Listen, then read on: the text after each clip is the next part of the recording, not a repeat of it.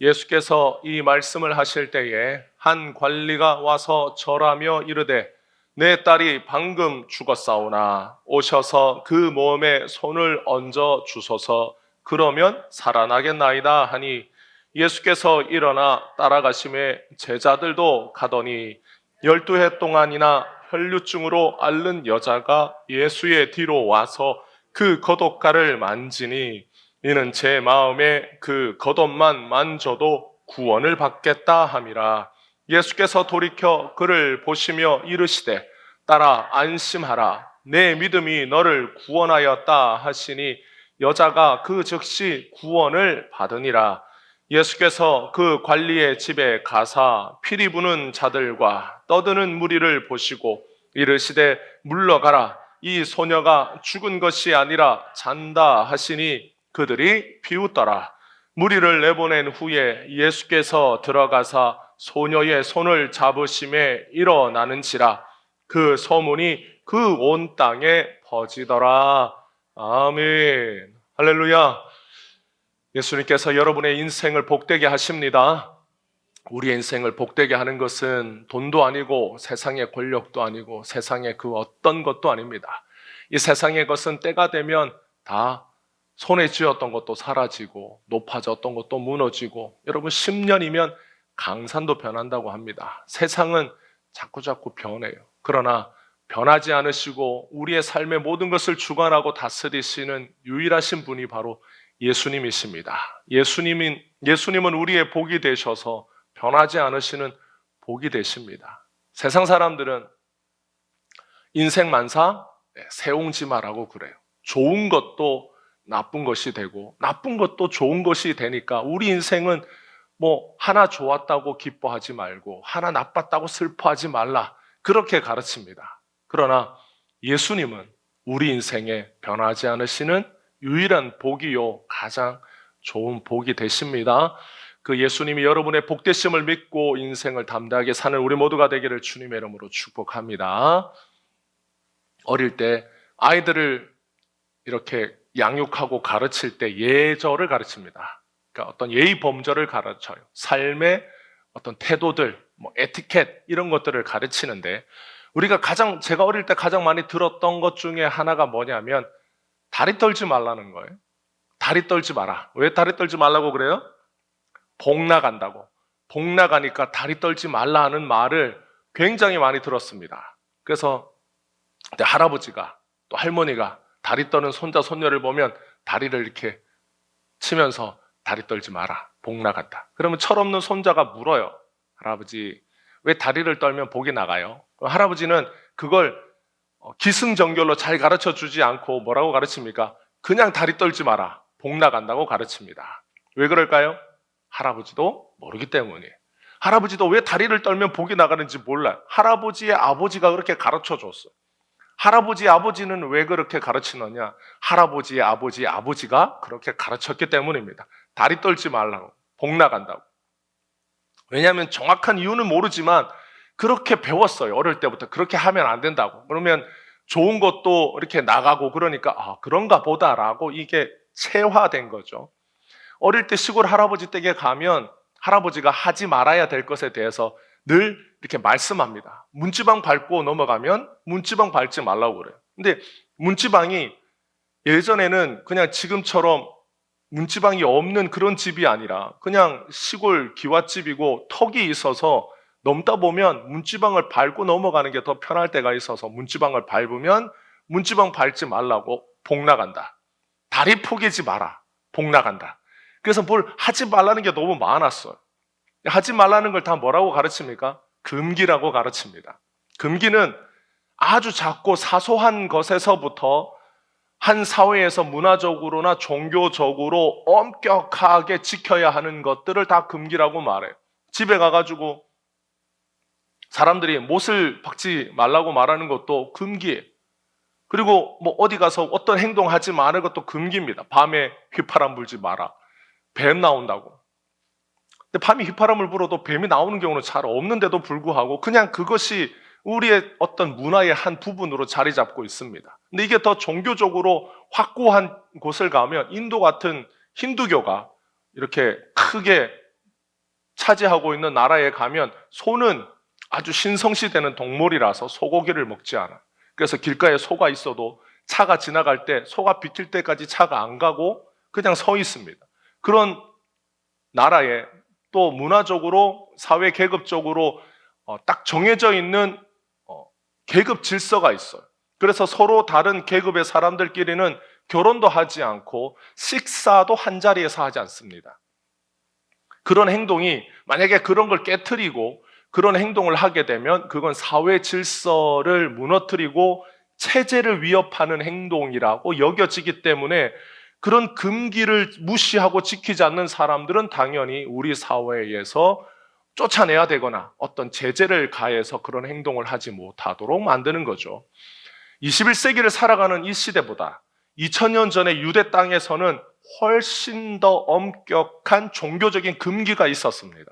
이 종교적인 금기는 지켜도 되고 지키지 않아도 되는 것이 아니라 반드시 지켜야 되는 사회의 법이자 규율이었어요. 구약에 나타나는 대표적인 금기가 뭐냐면 시체를 만지는 것과 부정한 자와 접촉하는 겁니다. 이게 대표적인 금기예요. 하면 안 되는 행동입니다. 민수기 19장에 보면 시체를 만진 자에 대한 규정이 나옵니다. 어떤 사람이 시체를 만졌다. 자기가 알고 만지든 모르고 만지든 시체를 만졌으면 이 사람은 7일 동안 부정합니다. 부정하다라는 뜻은 이 사람과 가까이 하면 안 된다라는 뜻이에요. 누구든지 가족이라 할지라도. 그래서 시체를 만진 사람은 7일 동안 부정한데 이 부정을 씻기 위해서는 3일째 되는 날, 7일째 되는 날 양잿물로 자기 몸을 씻습니다. 그러니까 잿물로 자기 몸을 씻고 난 2번을 씻고 7일이 되면 이제 이 부정이 씻겨졌다라고 엄격하게 정해뒀어요. 만약에 그렇게 하지 않으면 어떻게 되느냐? 여호와의 성막을 더럽힌 자라고 취급되어서 이스라엘에서 끊어지는 저주가 그에게 주어집니다. 이스라엘에서 끊어졌다라는 뜻은 그 사람은 구원을 못 받는다라는 뜻이에요.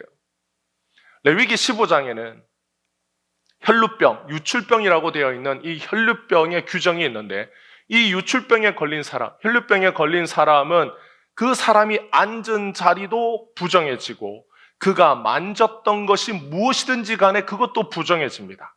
유출병이 있는 사람과 어떤 접촉이라도 한 사람은 자기의 몸을 또 자기의 옷을 씻고 빨아야 되고 비록 몸을 씻었다 할지라도 저녁까지 그 사람과 어떤 접촉이 있었으면 그날 저녁까지는 부정한 상태가 됩니다. 내가 부정한 상태가 되었다라고 한다면 오늘 저녁까지는 내가 뭘 만져서 안 되는 거예요.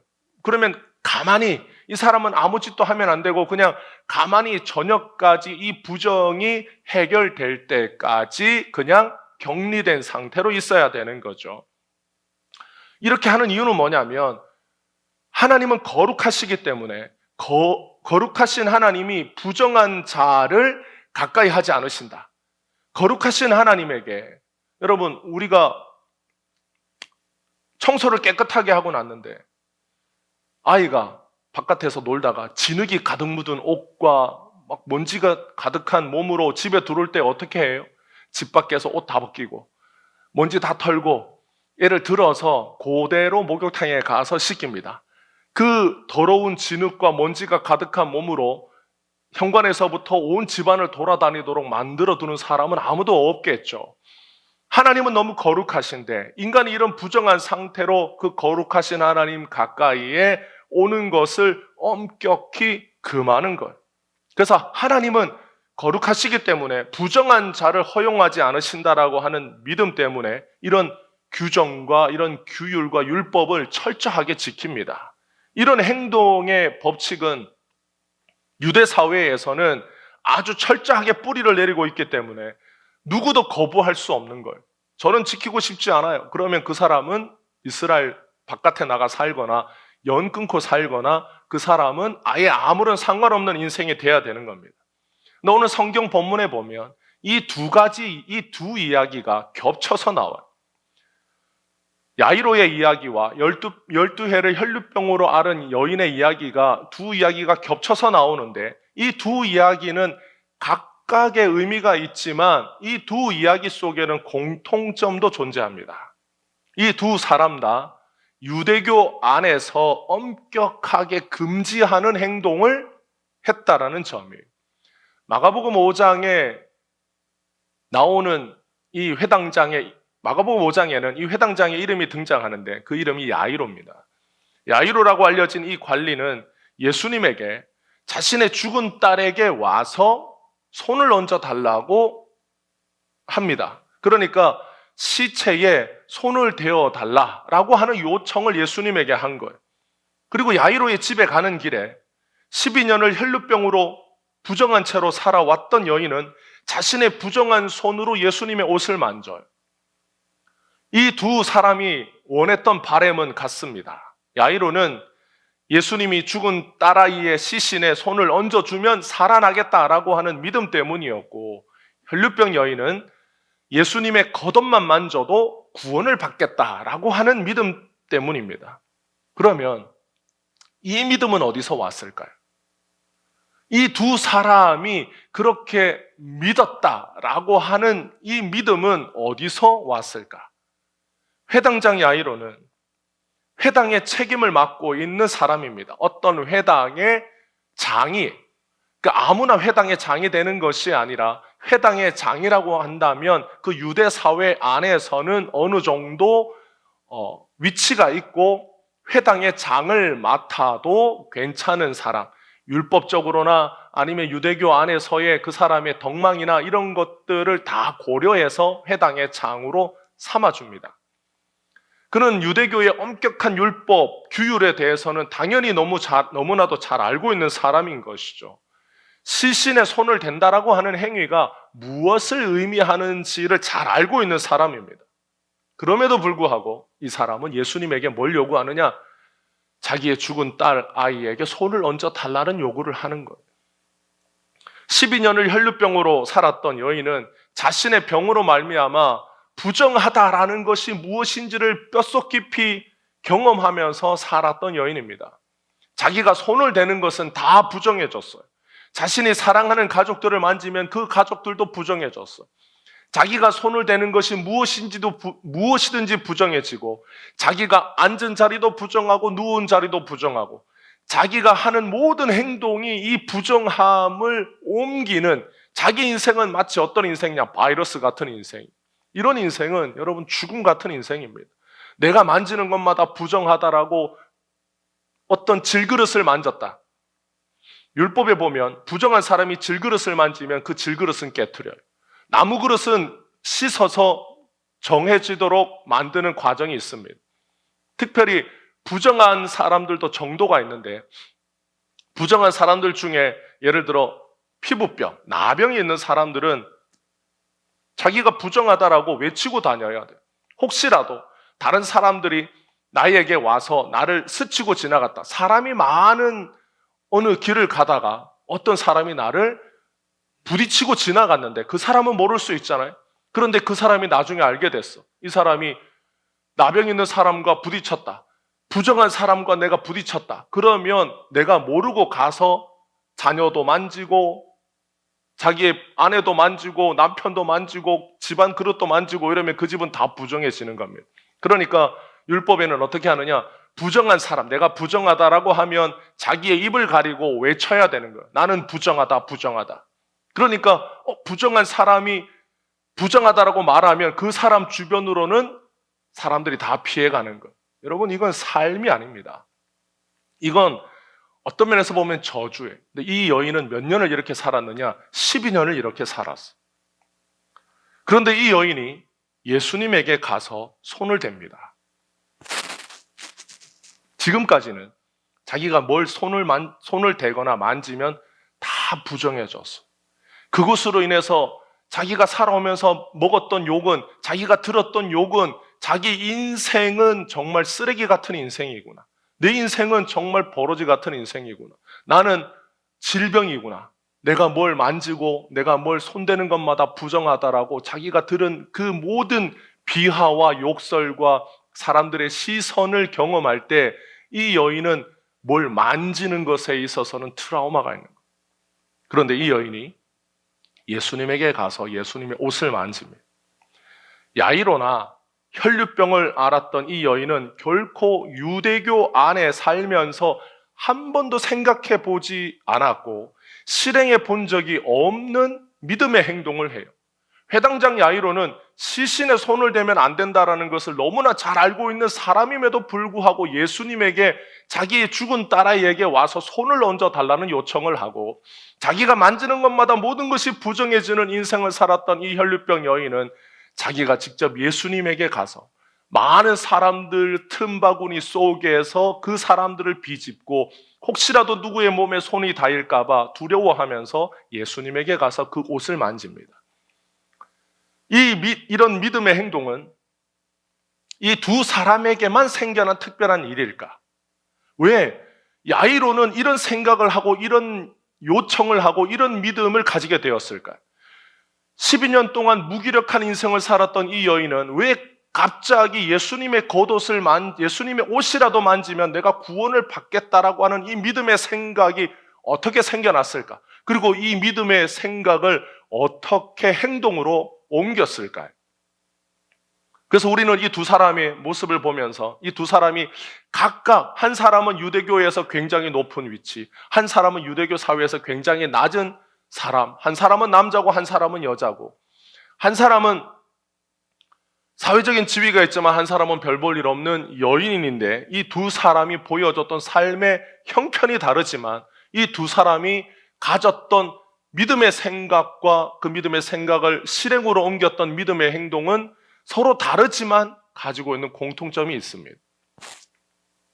여러분, 유대교 시스템 안에서 평생을 살아왔던 두 사람은 이제 유대교의 법으로는 해결할 수 없는 인생의 상황에 직면합니다. 아무리 사랑하는 딸이라고 하지만 죽은 그 시신을 앞에 두고 아버지가 할 수 있는 일이 없었어요. 내가 회당장이든 내가 율법을 얼마나 잘 알든 이제 내가 사랑하는 딸이 죽었어요. 이 딸이 나이가 12살입니다.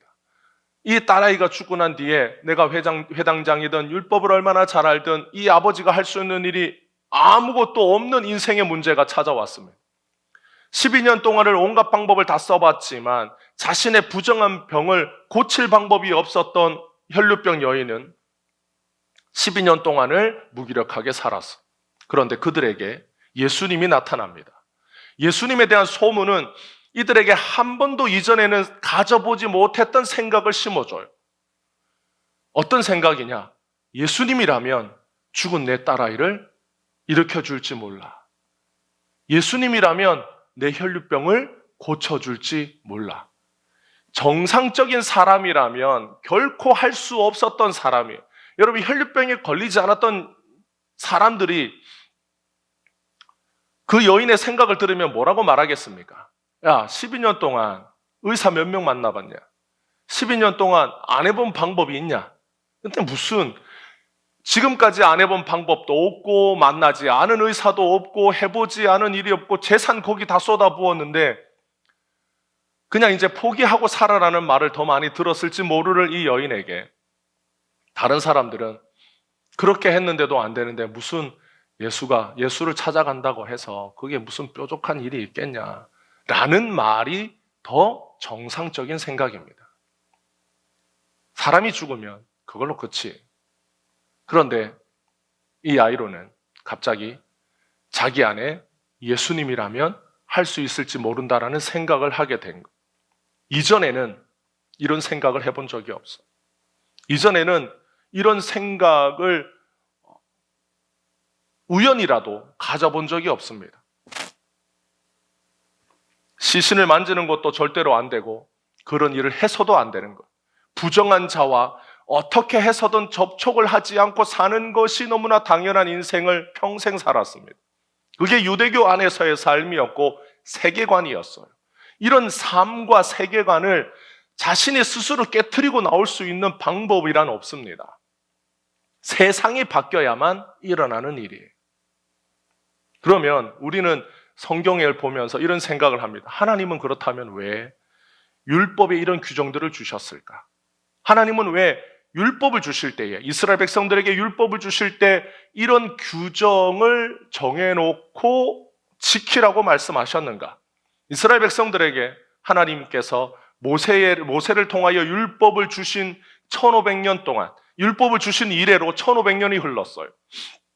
그러니까 이 1500년 동안 이스라엘 백성들은 이 율법을 철저하게 지켜왔습니다. 엄격하게 지켰어요. 하나님이 만지지 말라고 그러면 만지지 않으려고 노력했고, 부정하다라고 하면 부정해지지 않으려고 부단하게 노력했습니다. 그런데 인간 세상에서는 끊임없이 시신을 만지는 일 같은 일들이 일어나고 부정한 것을 만져야 하는 일들이 일어났습니다. 내가 원하든 원치 않든. 나는 아무리 지키고 싶고 나는 아무리 그것을 하지 않고 싶고 내가 부정해지지 않으려고 노력해도 내가 부정해지고 내가 더러워지지 않으려고 노력해도 더러워지는 일들이 끊임없이 인생에 일어났던 거예요. 하나님께서 이스라엘 백성들에게 이런 엄격한 규정을 주신 이유는 결국 사람의 노력과 열심으로는 그 누구도 이 부정과 죄에서 벗어날 수 없다라는 것을 깨닫게 해주시기 위함입니다. 거룩하신 하나님에게 그 어떤 인간도 자신의 거룩과 깨끗함으로는 가까이 갈 수 없다라는 것을 가르쳐 주시려고 하나님은 율법을 주시고 그 율법을 지키라고 말씀하셨어요. 이게 굉장히 역설적이지만 이 일이 반드시 필요합니다.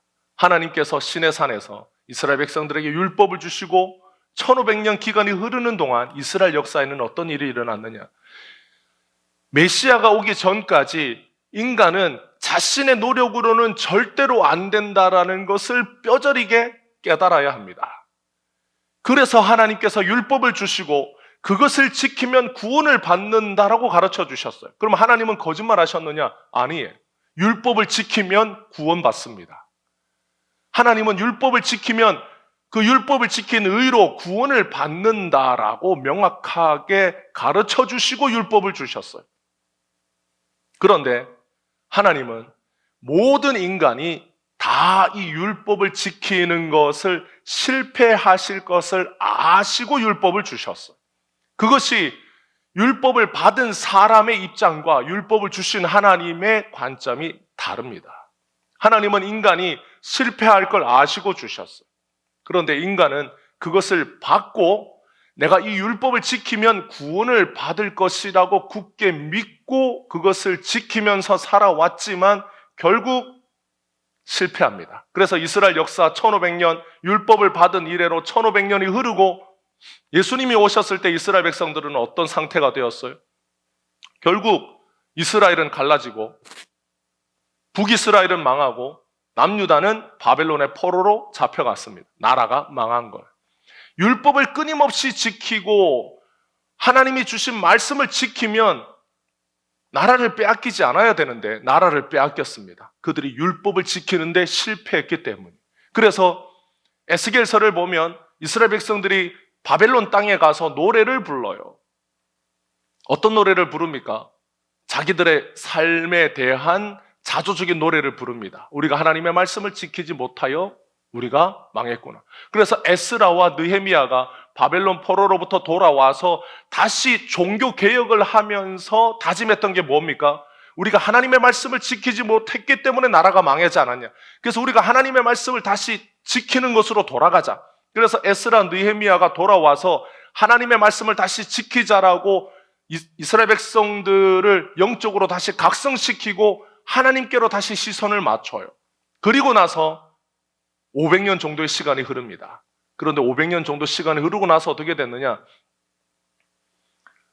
예수님이 오실 그때에 이스라엘 백성들은 우리가 율법을 지키면 구원을 얻을 수 있다라고 하는 그 생각이 완전히 굳어져 있어요.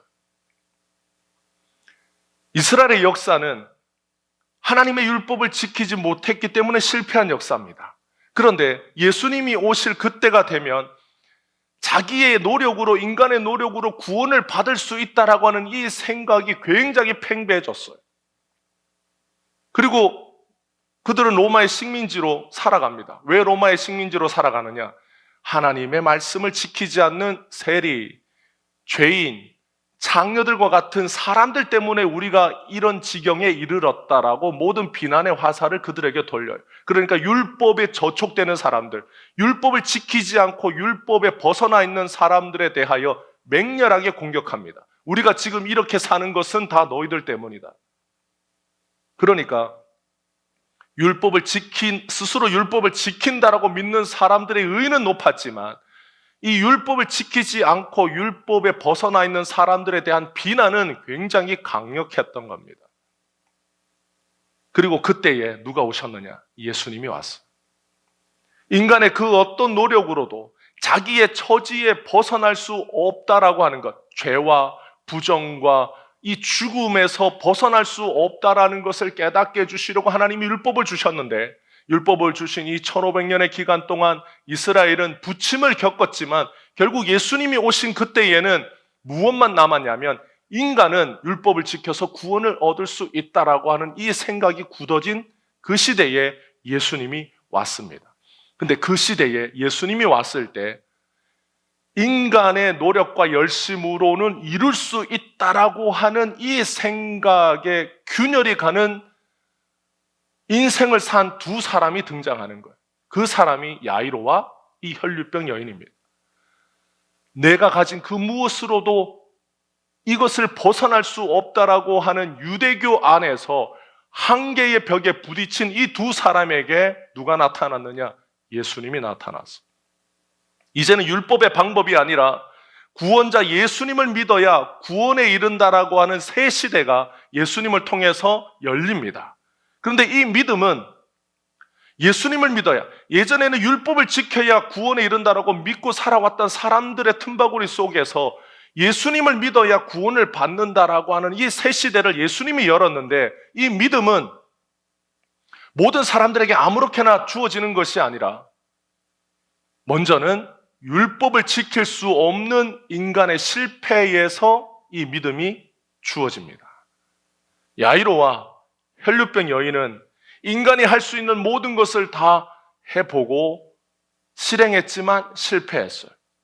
자기가 가진 그 어떤 것으로도 자기에게 일어난 이 일을 해결할 수 없는 두 사람에게 그들이 아는 모든 방법, 그들이 알고 있는 모든 세상의 어떤 해결 방법들을 동원해도 벗어날 수 없는 이 문제 속에 누가 찾아오셨느냐? 그들에게 찾아오신 예수님을 주목하게 됩니다. 여러분, 믿음은 인간의 실패에서 시작합니다. 믿음은 인간의 성공의 산물이 아니에요. 어떤 사람은 자기가 자기 자신을 믿었기 때문에 내가 성공했다라고 말하지만 구원의 믿음은 인간의 실패에서 옵니다. 모든 인간의 노력이 실패한 그 자리에서 예수님을 향한 믿음이 싹이 트는 거예요.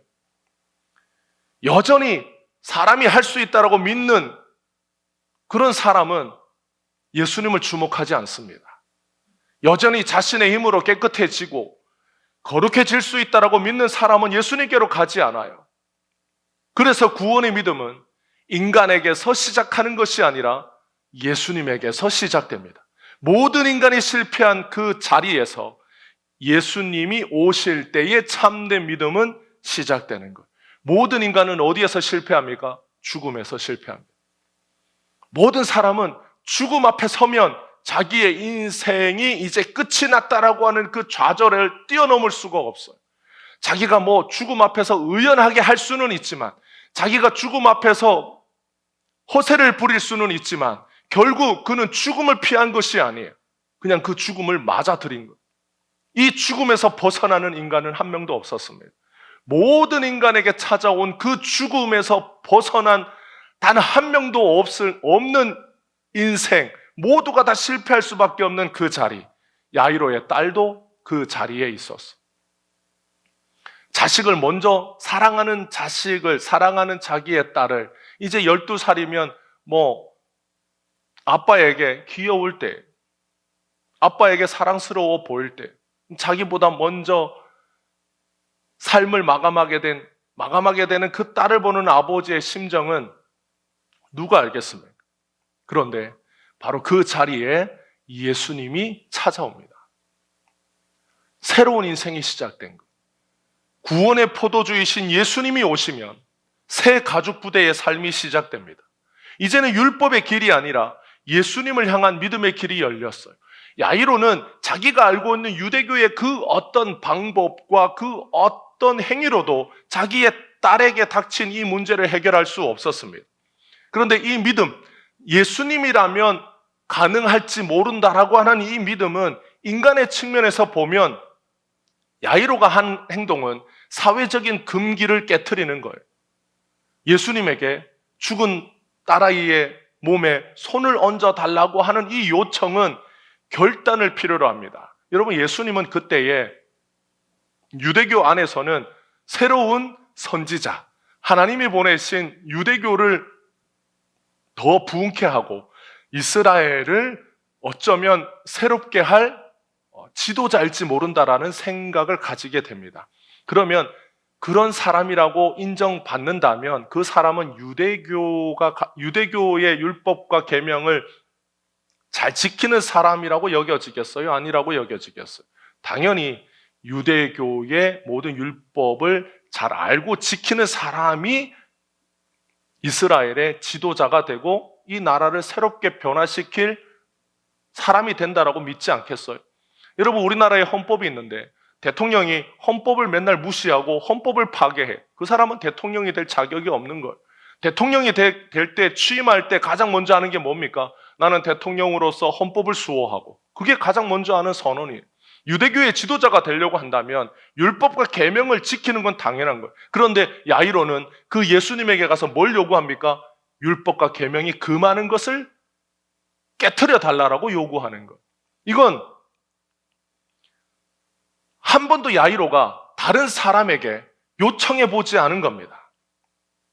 혈류병 여인의 입장에서 보면 다른 사람의 몸에 손을 대면 안 된다라고 하는 이 금기를 어기고서라도 예수님의 몸에 손을 대야 되겠다라고 하는 결단을 해요. 그런데 인간의 실패는 실패일 뿐이지 구원에 이르는 능력이 되지 못합니다. 비록 인간의 결단이 있었지만 야이로는 예수님에게 자기의 딸아이에게 손을 얹어달라는 요청을 하고 혈류병을 앓았던 이 여인은 예수님의 겉옷을 만지는 결단을 했지만 그 결단은 예수님을 향한 믿음을 일으키는 예수님의 역사지.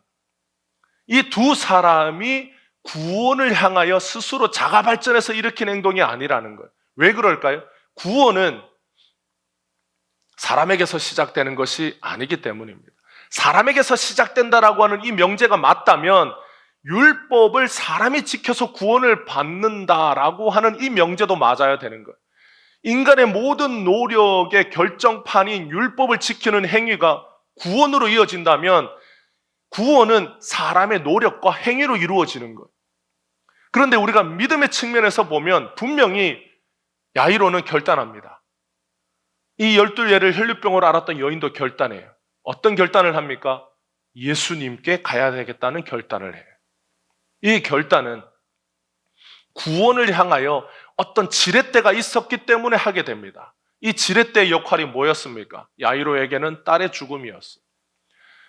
이 12예를 혈류병으로 앓았던 여인에게는 자기의 병이 지렛대 역할을 합니다. 어떤 지렛대 역할을 해요? 예수님에게로 가게 되는 결단을 하는 지렛대 역할을 해요.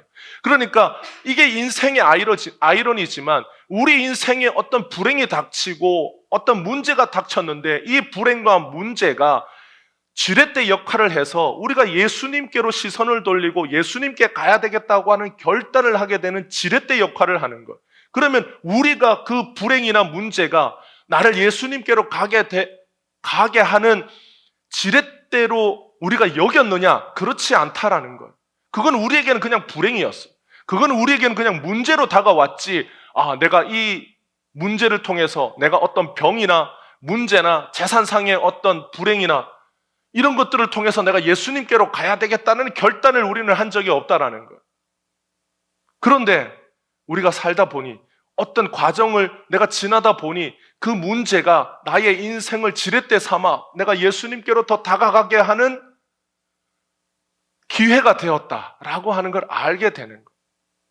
그러면 우리가 예수님께로 가게 된 이 일은 어떻게 일어났느냐? 그것이 바로 예수님의 역사입니다. 성경은 이렇게 쓰여져 있지 않아요. 성경은 야이로가 예수님께 가서 했던 행동만 나오고 이 여인이 품었던 생각, 예수님이라면 해결해 주실지 모른다. 그가 그 여인이 마음에 생각하기를 자기가 구원을 받을지 모른다. 그도 그의 겉옷가라도 만지면 내 병이 나을 것이라고 하는 이 생각을 가짐으로써 예수님께 갔다라고 하는 것이 성경에 쓰여져 있는 내용입니다. 그러면 예수님은 어떤 일을 하셨느냐? 성경에 쓰여져 있지 않아요. 때로는 쓰여져 있어요. 때로는 구체적으로 직접적으로 예수님이 하신 일, 예수님의 생각들이 나타나 있지만 성경의 태반은 예수님이 보이지 않게 역사하신 내용을 기록하지 않고 누구를 기록했느냐? 그 일을 한 성경의 인물들의 행동만 기록합니다. 야이로의 행동, 혈류병 여인의 행동만 기록해둬요. 그래서 우리는 가끔 착각하기를 어떻게 착각하느냐? 이 사람들이 특별하구나. 야이로가 특별하구나. 그가 자기에게 있는 문제를 지렛대 삼아 예수님께로 갔구나. 그래서 우리도 우리 인생의 문제를 지렛대 삼아 예수님께로 갑시다. 이 말이 굉장히 은혜스럽고 우리의 결단을 일으키지만 결국 우리가 그 안에서 예수님을 놓치면 결국 우리는 우리 스스로 깨끗해지고 우리 스스로 의로워지고 우리 스스로 구원에 이르는 것이라고 착각하게 되는 오류에 빠집니다. 그래서 구원을 어떻게 생각하느냐? 예수님의 역사 99%, 우리의 결단 1%라고 생각해요. 그래서 예수님이 우리를 아무리 도와주고 싶어도 우리가 그 예수님의 그 도와주시려고 하는 마음에 부합하지 않으면 안 된다라고 생각합니다. 그래서 인간의 측면에서 보면 결단이 필요하죠. 우리도 노력해야 하죠. 우리도 힘쓰고 애써야 되죠. 그냥 예수님이 다 하시니까 그냥 주님이 다 알아서 하십시오. 나는 아무 할 게 필요 없네 라고 생각하는 사람은 믿음이 무엇인지를 모르는 사람이에요. 그 믿음의 역사 이면에 나를 일으키고 나에게 결단을 시키고 주님께로 달려가게 하시는 예수님의 구원의 역사가 없이는 어떤 인간도 주님 앞에 올 수 있는 인간이 없다라는 사실을 우리가 모르면 우리는 인간의 결단조차 예수님의 역사라는 걸 알지 못합니다. 인간 세상에서는 실패가 성공의 어머니일 수 있어요. 그래서 7.8기를 가르칩니다. 그러니까 인간 세상에서는 인간 세상이 통용되는 법칙이 있어요. 우리 자녀들이 어릴 때 시험을 못 치면 부모가 회초리 들고 막 때리면서 이것밖에 못했어 라고 가르치는 부모는 수준이 낮은 부모예요. 그럼 우리 자녀들에게 어떻게 가르쳐요? 잘할 수 있다. 우리에게는 기말고사가 있지 않니? 그렇게 가르치는 거예요. 기말고사도 망치면 어떻게 합니까? 우리에게는 2학기가 있지 않니? 넌 이제 1학년이잖아.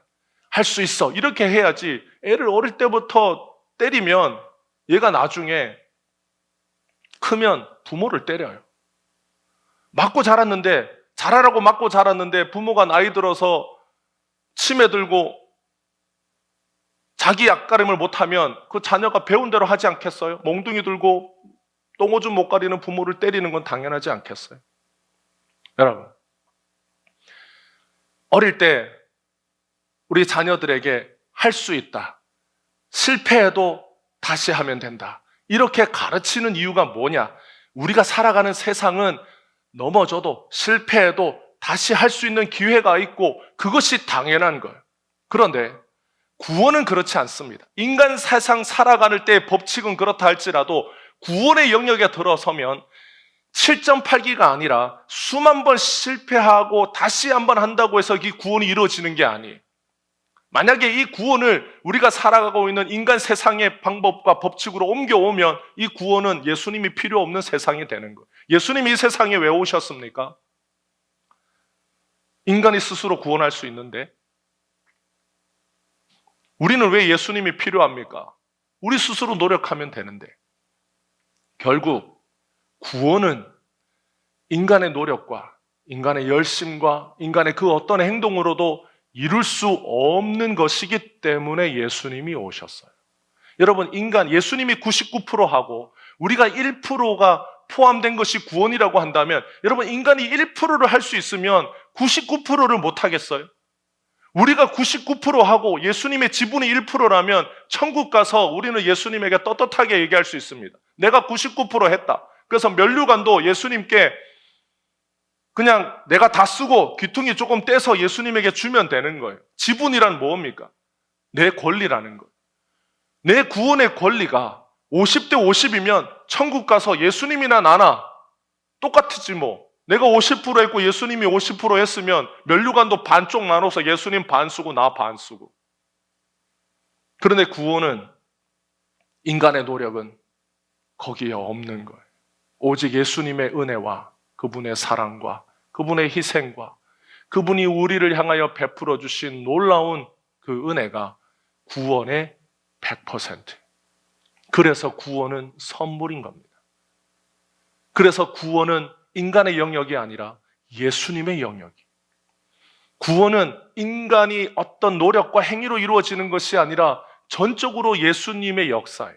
그래서 구원의 시작도 예수님이고 구원의 완성도 예수님입니다. 그렇다면 야이로와 혈류병 여인의 삶을 볼 때 그들이 자기에게 닥친 딸아이의 죽음과 12년 동안 앓았던 이 혈류병을 통하여 예수님께 스스로 제 발로 갈 수 있느냐라고 묻는다면 우리는 구원의 측면에서 말할 때는 뭐라고 말해야 됩니까? 아니라고 말해야 되는 거예요. 그건 예수님의 역사라고 말해야 됩니다. 그런데 인간의 측면에서 말할 때는 뭐라고 말해야 돼요? 그들이 결단했다라고 말하는 거예요. 여러분, 우리 인생에도 우리가 결단했어요. 우리가 뭔가 희생해야 될 때, 주님을 위해서 결단해야 될 때, 우리가 어렵지만 헌금해야 될 때, 어렵지만 내가 주님을 위해서 어떤 희생을 치러야 될 때 우리는 결단했어요. 그 결단은 내가 내린 결단입니다. 누가 칼 들이대고 하라고 하지 않았어. 우리가 내린 결단이. 그런데 우리가 주님의 관점에서, 구원의 관점에서 볼 때 그 결단조차 주님이 우리에게 베풀어 주신 은혜라고 우리가 고백하는 겁니다. 그것이 구원을 예수님의 관점에서 보는 거예요. 구원자 예수님이 이 땅에 와서 인간의 실패로 눈물 짓는 인생을 찾아오실 때 사람의 생각과 행동으로는 결코 깰 수 없는 굳건한 틀을 깨고 예수님 앞으로 나아갈 수 있습니다. 누가 오셔야 한다고요? 예수님이 오셔야 하는 거예요. 그래서 구원의 믿음은 인간의 역사가 아니라 예수님의 역사이자 선물이 됩니다. 구약은 철저하게 부정한 자는 거룩하신 하나님께 갈 수 없다고 가르쳐요. 그래서 깨끗해야 한다라고 가르치고 거룩하라고 요구합니다. 하나님을 버린 죄인인 인간은 이 율법의 과정을 거치면서 스스로 깨끗해지려고, 스스로 거룩해지려고 노력했어요. 그런데 결국 구약 성경의 역사가 우리에게 가르쳐주는 것은 인간의 노력으로는 안 된다라는 것입니다. 인간이 스스로 거룩해져서 하나님 앞에 갈 수 없다라는 결론이 구약의 결론이에요. 이 구약의 결론, 율법으로는 안 된다. 율법의 실패를 알지 못하고서는 구원의 은혜를 알 수 없습니다. 그래서 로마서 3장 20절에 그러므로 율법의 행위로는 그의 앞에 의롭다 하심을 얻을 육체가 없나니 율법은 죄를 깨닫게 함이라. 율법으로는 죄를 깨닫는 것. 죄를 깨달았다는 게 뭡니까? 율법을 지키는데 실패했다라는 것.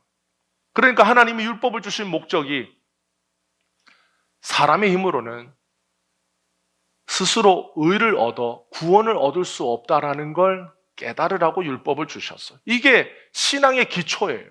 여러분, 이게 기독교의 기초입니다. 그래서 로마서는 기독교에 대하여 기초 지식, 기초 신앙을 가르쳐 주려고 로마에 있는 그리스도인들에게 기독교의 신앙은 이런 거라고 기초 신앙으로 가르쳐 줬어요. 로마서가 엄청 어렵지 않냐? 로마서가 굉장히 깊은 믿음의 어떤 진리를 가르치고 있다. 맞지만 어려운 게 아닙니다.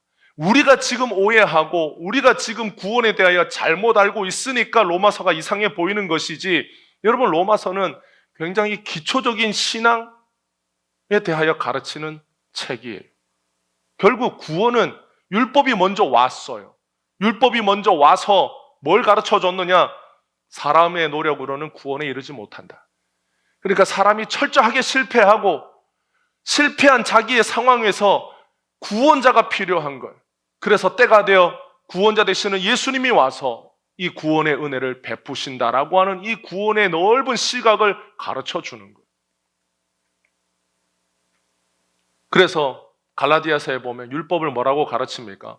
몽학 선생이라고 가르치는 겁니다. 어릴 때 아무것도 모르는 그 주인의 자녀를 가르치는 종 중에, 하인 중에 좀 똑똑한 하인들이 주인의 자녀를 가르치는 거예요. 이렇게 살아야 됩니다. 이렇게 해야 됩니다. 그런데 그 자녀가 장성하여 주인이 되면 이제 그 하인은 자기를 가르쳤던 스승이지만 뭐가 되는 걸? 다시 그의 밑에 머리를 숙이고 그의 하인으로 사는 겁니다. 율법의 역할이 그러하다라고 가르치는 거예요. 율법은 결국 뭘 가르쳐 주느냐? 사람으로는 안 된다. 그러면 어떻게 해야 됩니까? 구원자가 오셔야 된다. 그게 성경 창세기부터 말라기까지 내용이잖아요. 하나님이 그렇게 가르쳐 주신 거예요. 거룩하신 하나님께 인간의 발걸음으로는 못 다가간다. 그래서 그 거룩하신 하나님이 인간에게 찾아오시는 것이 구원의 역사입니다. 그 거룩하신 하나님이 누구십니까? 예수님입니다. 성부 하나님과 모든 거룩과 존귀함이 동일하신 그 예수님이 이 땅에 와서 누구를 찾아가느냐? 결코 거룩하신 하나님에게 찾아갈 수 없었던 더럽고 부정한 죄인들에게 찾아가시는 거예요. 왜 예수님이 찾아옵니까? 우리가 지금까지 하나님에게, 거룩하신 하나님에게 끊임없이 다가가려고 노력했는데 못 다가갔다라는 거예요. 갈 수가 없었다라는 거예요. 우리의 깨끗함과 의로움과 노력으로는 그 거룩하신 하나님에게 도무지 가까이 갈 수 없었기 때문에 그 거룩하신 하나님이 우리와 같은 모습으로 이 땅에 와서 더럽고 부정한 자들에게 찾아오셨어요. 그래서 인간의 노력으로 우리의 부정함을 씻는 게 아니라 예수님 앞에 오면 모든 부정함과 더러움을 주님이 씻어주시는 거예요. 그것이 구원입니다. 이게 구원의 역사고 구원의 히스토리, 그것이 예수님의 이야기예요. 예수님은 유대교의 삶으로는 알 수도 없고 할 수도 없는 삶의 새로운 방식을 열어줍니다. 믿음으로 예수님 앞에 나오는 삶을 열어주신 거예요. 새 부대에 담는 믿음의 삶을 예수님이 열어줬어요. 그래서 9장 18절에 보면, 마태복음 9장 18절에 뭐라고 시작합니까? 예수께서 이 말씀을 하실 때에, 이 말씀이 어떤 말씀입니까? 17절의 말씀이에요. 새 술은 새 부대에 담아야 한다라는 이 말씀을 하실 때에 찾아온 사람이 누구냐? 야이로와 혈류병 여인입니다. 새 술은 새 부대에 담아야 한다라는 예수님의 이 말씀, 이 믿음의 삶의 새로운 표본이 누구냐? 야이로와 혈류병 여인이.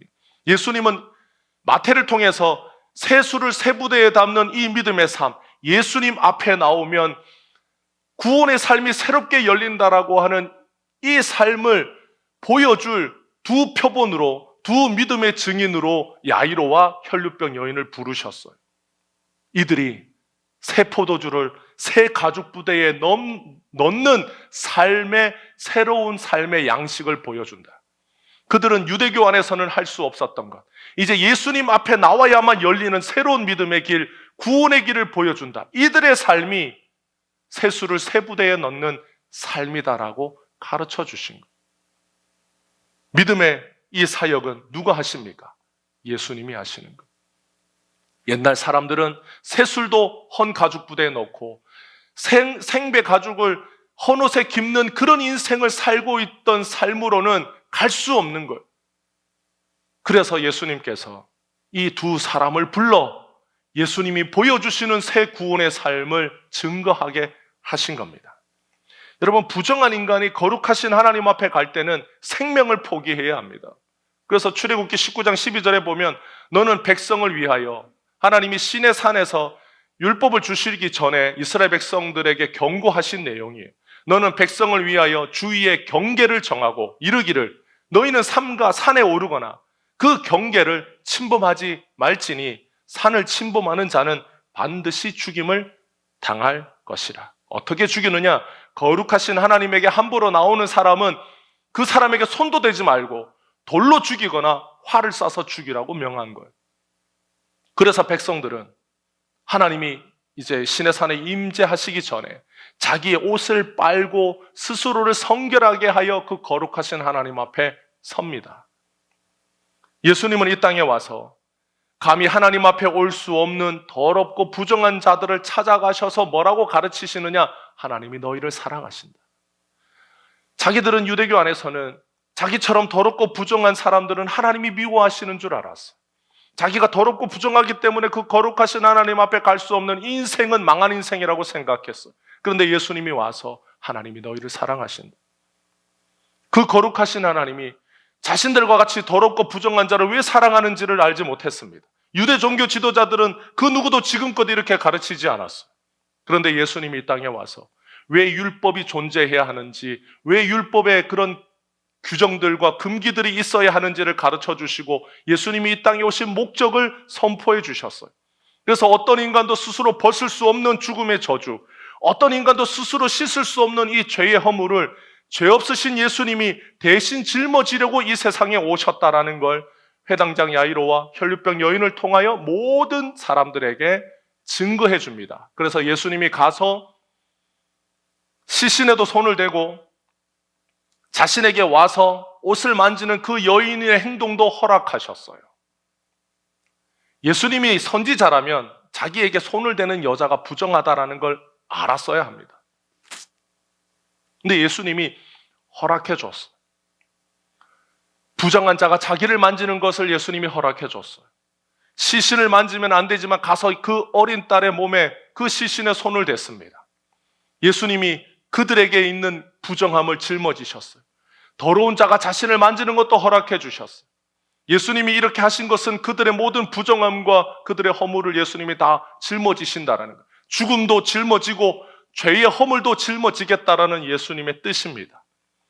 우리가 스스로 벗을 수 없는 것을 예수님이 벗겨주셨어요. 죽음도 벗겨주시고 죄의 허물도 벗겨주셨어요. 그래서 그것을 예수님이 스스로 어깨에 짊어지고 예수님이 골고다 언덕을 올라갑니다. 예수님이 십자가를 자기의 어깨에 짊어지고 골고다를 오르신 것은 죽은 자를 만지고 더러운 자가 자신을 만지는 것을 허락하셨기 때문에 그의 죽음도 예수님이 어깨에 짊어지고 그의 더러운 죄도 주님이 어깨에 짊어지셨기 때문에 예수님의 어깨에 있는 십자가는 필연적인 거예요. 예수님이 모든 더러운 자의 더러움을 짊어졌고 죄를 짊어지고 죽음도 짊어졌기 때문에 예수님은 그것을 상징하는 십자가를 짊어지고 골고다로 올라가서 죽었습니다. 그래서 예수님이 어디를 가든 더러운 자, 부정한 자를 주님이 부르셨어. 여러분, 믿음은 선물입니다. 믿음은 인간이 실패한 자리에 예수님이 찾아오시면 주어지는 겁니다. 대대로 성리학의 유교는 장례식장에서 통곡소리가 크면 괜찮은 장례식이라고 여겼어. 그래서 곡소리가 크게 나는 집안의 장례는 아이고 장례식이 참 좋구나. 그래서 성리학의 유교에서는 곡하는 사람을 불러다가 곡만 시켰어요. 그래야 좋은 장례, 그래야 괜찮은 장례라고 하는 체면치레를 하기 때문에 곡하는 사람 불러다가 하루 종일 장례 끝날 때까지 곡만 시킵니다. 야이로의 집에 떠드는 사람들이 곡하는 사람들이 그들은 와서 죽은 자를 애도하는 곡을 거기에서 합니다. 그게 전문 직업인 거예요. 그들은 큰 소리로 곡하는 것이 죽은 자를 위해서 할 수 있는 최선의 방법이라고 여겼기 때문입니다. 그런데 예수님이 그 자리에 와서 믿음이 아니면 받을 수 없는 말씀을 합니다. 이 소녀가 죽은 것이 아니라 잔다. 믿음은 죽음의 자리에 생명을 가져다 줍니다. 믿음의 본체이신 예수님이 오면 그 자리에 죽음은 떠나가고 영원한 생명이 대신합니다. 통곡하고 울고불고 하는 것이 최선이던 그 죽음의 자리는 예수님 때문에 노래하고 소망하는 자리로 대체됩니다. 그래서 예수 믿는 사람의 장례식장에 가면 노래를 부르는 거예요. 다시 만날 날을 소망하면서 그 날을 바라보면서 믿음의 노래가 예수 믿는 사람의 장례식장에서는 울려 퍼집니다. 누가 이것을 바꾸셨느냐? 예수님이 바꿨어. 그전에는 다 곡했어. 다 할 수 없는 애도, 다시는 볼 수 없는 죽음의 강을 건넌 자를 애도하면서 곡했습니다. 베옷을 입고 멍석을 말아서 지팡이를 짚고 아이고 아이고를 계속하는 것이 인간이 할 수 있는 최선이었어요. 그런데 예수님이 와서 그 자리에 베옷도 벗어던지고 그 자리에 죽음의 애도만 있는 그 자리에 생명의 소망으로 노래하게 하셨어요. 그래서 주님을 바라보고 다시 만날 그날을 소망하고 주님이 우리를 구원하신 그 은혜에 감사하여 그 자리에서 주님을 찬양하고 소망의 노래를 부르도록 새 날과 새 삶을 열어주신 분이 예수님입니다. 믿음이 없이는 생명이 없습니다. 믿음이 없이는 우리에게 그 어떤 구원의 소망이 없습니다. 그래서 예수님이 없이는 아무 소망 없는 거예요. 사랑하는 성도 여러분, 성경을 보다 보면 우리는 전혀 생각할 수 없는 행동을 한 사람들의 모습을 종종 봅니다. 예수님이 이 땅에 왔을 때 그 누구도 예수님에 대하여 저분이 하나님이 보내신 인간의 우리의 죄를 짊어지러 오신 하나님의 어린 양이라고 예수님을 보지 못할 때 유일하게 단 한 명, 세례 요한을 통하여 예수님이 하나님의 어린 양이라고 고백하게 하셨어요. 유대교의 엄한 율법 아래서 회당장의 삶을 살았던 야이로는 자신의 딸로 인하여 예수님에게 차마 할 수 없는 믿음의 요구를 합니다. 12회를 혈류병으로 앓고 있던 부정한 여인은 감히 해서는 안 되는 행동을 믿음으로 합니다. 성경에 이런 사람들의 모습을 기록해 둔 건 그들이 특별한 믿음의 모습을 보여주었기 때문이지만 더 중요한 것은 그 믿음이 예수님의 특별한 선물이라는 것입니다. 그래서 세례 요한 이후로 세례 요한만 이 은혜를 입었느냐? 아니에요. 세례 요한은 그냥 주님이 새 날을 여시는 표본이. 그래서 세례 요한 이후로 다 예수님을 우리의 죄를 짊어지시는 하나님의 어린 양이라고 예수님을 따르는 사람들이 줄을 잇게 됩니다. 회당장 야이로와 혈류병 여인 이후로 수많은 사람들이 예수님을 이제 믿음으로 따르게 됩니다. 예수님이 그들을 마중물로 사용하신 거예요.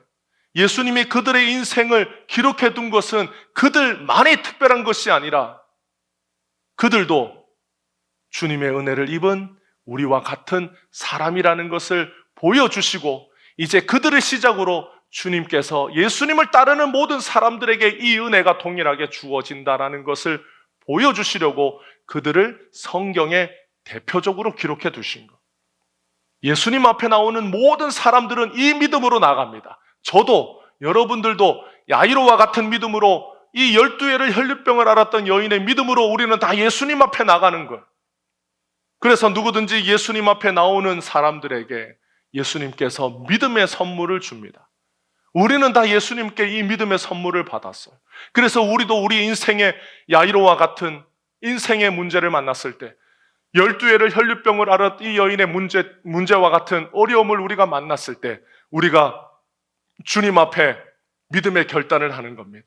주님이 이들에게 역사하셨던 방법처럼 우리들의 인생에도 역사하실 것을 믿고 우리의 어려움과 우리의 불행과 우리의 문제를 지렛대 삼아 주님께서 우리의 인생을 일으켜 예수님께 다가가는 삶이 되도록 우리를 변화시켜 주실 것을 우리는 이 사람들의 삶을 보면서 이들만 보면 우리는 무슨 생각을 하느냐? 그 사람들은 우리와 다르지.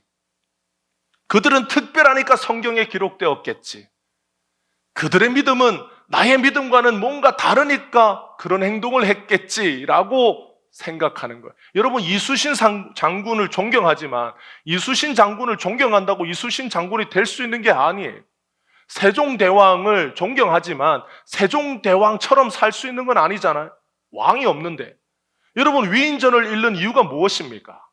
그들처럼 살라고 이렇게 하는 것은 잘못된 거예요. 그들의 삶에 어떤 삶의 방식과 어떤 행동의 패턴과 어떤 그들의 인생에 배울 점들을 보고 배우라고 위인전을 읽히는 것이지 자기의 자녀를 너는 커서 세종대왕이 돼야 돼. 그래서 세종대왕을 읽히는 게 아니잖아요. 주님이 우리에게 야이로의 이야기와 12의 혈류병의 이야기를 주신 이유는 야, 너도 야이로처럼 돼야 돼 라고 우리에게 야이로가 되라고 성경을 주신 게 아니에요. 야이로에게도 12회를 혈류병을 앓았던 여인에게도 동일하게 역사하시는 믿음의 방식, 동일하게 역사하시는 믿음의 주체, 동일하게 역사하시는 그 믿음의 본체이신 예수님이 야이로에게도 12회를 혈류병 앓았던 여인에게도 세례 요한에게도 마태에게도 모든 사람들에게 동일하게 역사하신 그 예수님이 오늘날 우리들에게도 동일하게 역사하신다라는 걸 가르쳐 주시려고 성경을 주신 거예요. 그래서 우리는 누구를 봐야 되느냐? 먼저는 예수님을 보고 야이로를 보면 예수님의 역사가 보이고, 예수님을 보고 12의 혈류병 앓았던 여인을 보면 그 안에 예수님의 역사가 보입니다. 그래서 우리가 그 예수님을 보면 우리에게도 동일하게 역사하시는 주님의 은혜가 보이는 거예요.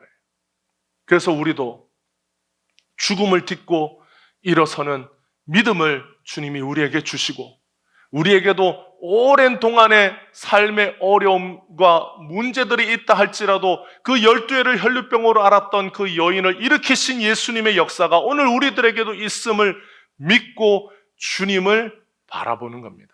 그것이 믿음의 역사고, 이 믿음의 역사가 예수님의 역사가 되는 거예요. 성경의 인물들은 수없이 많지만, 그들의 삶은 다 다르지만, 그들을 공통적으로 하나를 뽑으라면 그 안에 예수님이 계시는 겁니다. 수많은 성도들이 있지만 성도들의 삶도 다르고 지역도 다르고 연령도 다르고 그들의 삶의 지위도 달랐고 모든 것이 달랐지만 그 모든 성도들의 공통점이 뭐냐? 바로 예수님이 계시다라는 거예요. 저와 여러분 안에 계시는 예수님이 야이로에게도 역사하셨고 12회를 혈류병으로 앓았던 여인에게도 역사하셨습니다. 그분이 야이로의 딸을 일으키셨다면 우리도 일으키십니다. 12회를 혈류병으로 앓았던 그 여인의 부정함을 깨끗하게 하신 예수님이라면 그 예수님이 우리도 깨끗하게 하십니다. 사랑하는 성도 여러분, 그 예수님이 오늘 우리들 안에도 역사하시는 거예요. 그러니까 우리가 그 예수님을 믿는 믿음으로 주님 앞에 나가면 주님이 오늘도 우리의 연약한 인생을 들어 예수님의 역사를 드러내고 주님의 역사를 만천하에 고백하게 하고 주님의 그 놀라우신 은혜와 사랑을 증거하도록 우리를 변화시키게 됩니다. 그래서 그 소문이, 그 예수님의 소문이 누구 입을 통해서 퍼져나갔겠어요? 야이로와 12회를 혈류병으로 앓았던 이 여인의 입을 통하여 퍼져나간 거예요. 그들의 간증이 예수님의 소문을 더 넓게, 그분이 오셔서 죽음도 이기시고 내가 해결할 수 없는 부정함도 이기셨다. 그분이 모든 걸 다 가져가셨다. 오늘 여러분의 인생을 통하여 예수님의 소문이 더 넓게 퍼지기를 축복합니다. 여러분의 삶을 통하여, 여러분의 간증을 통하여 예수님이 더 넓게, 더 아름답게, 더 향기롭게 퍼져나가는 주님의 은혜가 여러분의 믿음을 통하여 더 드러나기를, 더 왕성하기를 주님의 이름으로 축복합니다. 기도하겠습니다.